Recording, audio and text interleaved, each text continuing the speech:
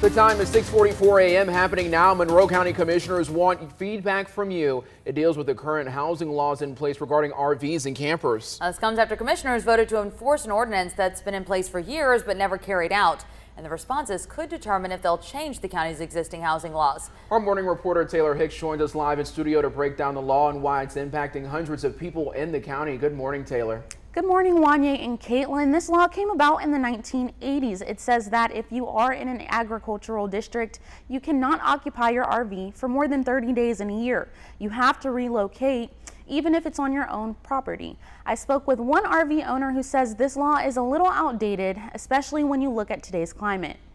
For Bronwyn Morgan, her RV is an extra luxury where the family spends time with each other in comfort. I like the mobility and being able to just take it wherever we go for vacation. But for others, their RV is their actual home. And Morgan says the county law allowing people to occupy RVs for just 30 days a year makes it tricky for people to live out of one. So this not only affects people who are actually living in an RV, but people who might use their RV to offer temporary residence to a family member or a neighbor who has kind of hit on hard times or just needs a place to stay for a transitional period. Monroe County released a survey seeking feedback regarding the county's housing laws. The survey is an opportunity for us to listen to both sides of the argument. Commissioner Eddie Rowland says the things they're seeing in some of these RVs include unconnected sewers, unsightly trash and debris, and deteriorated structures to the point where it's unsafe.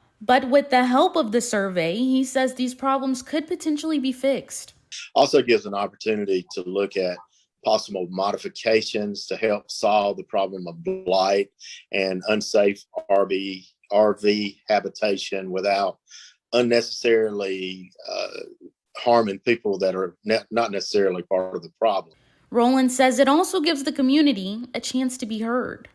It gives the commission and those wanting to do so a chance to develop solutions for the less fortunate as it regards to safe, sound, and secure housing. Morgan says asking for the community's input is a good starting point. I definitely encourage all citizens of Monroe County to fill out that survey because this is a tool that the commissioners themselves created to gather information and to hear from us.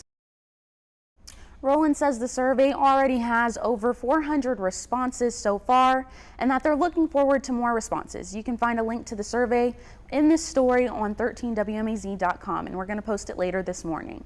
Caitlin and Wanye, back to you. All right, thank you so much, Taylor. The survey closes March 31st at 6 p.m.